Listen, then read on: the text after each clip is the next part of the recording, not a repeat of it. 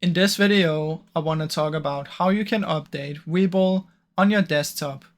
Now, if you downloaded the app and you're not using the website version, there are 3 different ways that you can try this. So the first one is to close the app completely and then reopen it.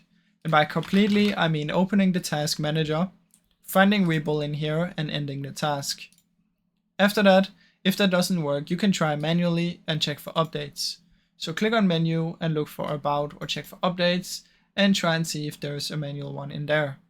If this doesn't work, I suggest you just remove the app from your PC. So come here and search for apps and features. Inside of there, you just want to find Webull, click on it and uninstall, and then you just want to go and re-download it. Now I really hope you enjoyed this short video. If you did, please leave a like and subscribe, as it helps me out a ton. Thank you so much for watching.